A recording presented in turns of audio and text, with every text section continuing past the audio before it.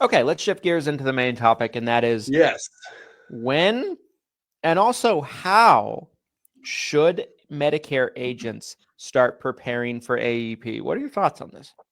I think it's already too late. If you didn't prepare for the past 60 days, it's already over. Pack it up, go home. Probably just need to wait for AEP 2027. That's my personal opinion.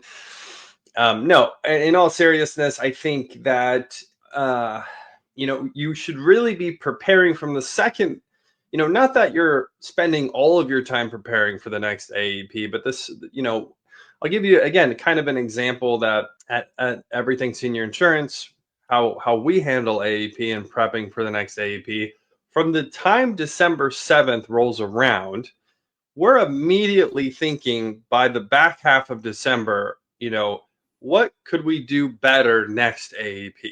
We're Yes. already doing some planning and some brainstorming, and sometimes it's conversations with the team as well, especially at Lead Heroes. This is how it's been for a long time too. We're same types of conversations as, what did we do well this AEP? What didn't we do well this AEP? How can we do better next AEP? And starting that thought process early, not that you're putting all of your energy or all of your resources and money into planning right away, but I think you've got to be thinking about it and strategizing now. I wouldn't wait, which some of you do, and it blows my mind. Every year I get blown away by some of you who call October 1st and, hey, Glenn, I'm thinking about some leads, some preset appointments. What's going on? And it's like, why are you calling me now? I'm like, what are you saying? I'm like, it already started. Like, the gun went off, the racers left the finish line. Now you decided to pick up a new pair of running shoes. Like, it doesn't make any sense to me. Like, what's Yeah. going on, you guys? Who hurt you? What happened? Or like who taught you that was okay? Yeah, yeah. You know what I mean? Like I think that's a great point, right? And I think I've said for years, and I'll provide a little detail into it. It kind of piggybacking on what you said a second ago, that the best time to start preparing for AEP is December 8th, basically for the next year's AEP. But like Glenn said, it's not like you're putting together an entire game plan from start to finish in terms of what you're doing for AEP. It's more of you're starting, there's little things that you are preparing for. There's things that you're having conversations about internally, about things you can be doing differently. There is little strategic things that you're doing. Doesn't mean you have to have an entire plan. And truthfully, you cannot, Right. because That's you what I don't was going to say. know, How could you?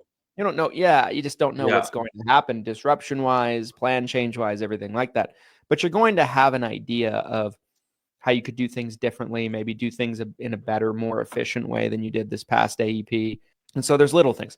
Now, that being said, as you go, you need to ramp up more and more and more. Some agents take this really a little too seriously, though, from the standpoint that all they do is wait for AEP and they don't Right. build or run their business the rest of the year. That's not a good thing either.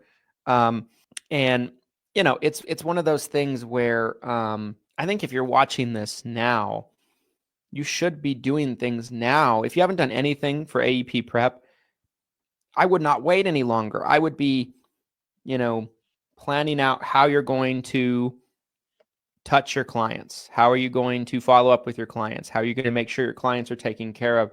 How are you going to get new clients? What is your marketing strategies? What kind of budget do you want to have? What do you want to look at? Again, you can't come up with everything until you know what kind of disruption you're looking at in your market. And you're not going to know that until some of these first looks come out June, July, maybe in some cases even August. Yep. But you build almost like a skeleton now that you can adjust here and there based on what the AEP season is going to look like as you get more information. And that's how I've always done it with ESI. That's how I've always kind of designed it. I remember I saw an agency owner one time, kind of like pumping their chest out a little bit on Facebook a couple years ago about like, we have every detail of what we're going to do for AEP signed, sealed, and delivered by the end of January. I'm like, bullshit. I'm like, how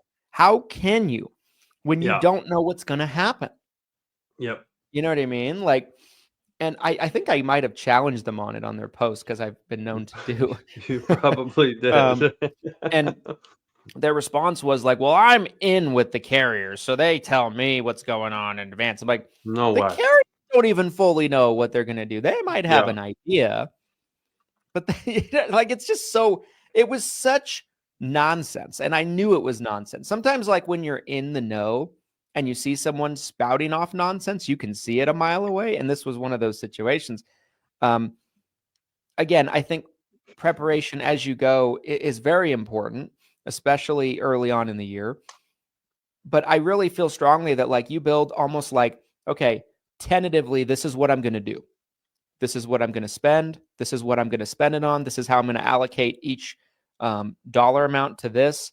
This is how I'm going to reach out to clients. I'm going to send emails this day. This is what the email is going to look like. I'm going to send letters out this day. I'm going to send a second set of letters out potentially this day. We're going to call these people. Like, but I'm ready to make adjustments as new information becomes available. I think this past AEP was a prime example of that. Like, there was new information hitting us. Right. It seemed like every week that really kind of adjusted what our strategy was going to be for AEP. And I think you have to be ready, almost like a cat. You're on your tippy toes. You know, you're ready to pat. You're ready to jump.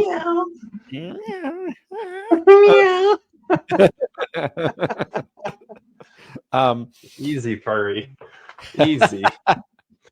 Yeah, that's kind of the way I've always approached AEP, and it's really never did us wrong. And as we go, I'll share later in the episode. I'll kind of share what we do at ESI AEP wise historically, because a lot of what we do repeats over and over again. Yeah, a lot of it, you know. And again, if something's working, don't fix it if it's not broken, right? Like, go back to the well. If you have a strategy for contacting your clients that's been working well, keep doing it. One thing that I've talked a lot about over the past few years, a lot of you get temporary help for AEP. And a lot of times that's a virtual assistant that's coming in to help you with some extra work. So, you know, the question then becomes, if I'm hiring a virtual assistant, you know, again, shout out to Hire Heroes. If you're going to give Hire Heroes a call and you're wanting to bring on a virtual assistant, one of the big questions I'll get is timing wise. When do I do this? If this is, you know, something where it's going to be part-time help or full-time help, but it's seasonal, right? It's just during AEP. When would I pull that trigger? Because, you know, I don't have anything for them to do right now. But the flip side of it is, you don't want to bring them in October 1st and then be like, go start doing this, you know, and you're too busy to even help them understand what they're supposed to do.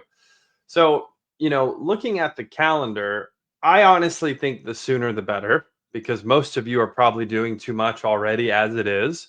And a lot of times what happens with seasonal help with our Hire Heroes clients is they end up retaining that virtual assistant year round because they realize how helpful that person is. But if you're truly just looking for someone to come in and help seasonally from, you know, October 1st to December 7th, I would probably have that person on board between August 1st, August 15th. That would be my rough estimate.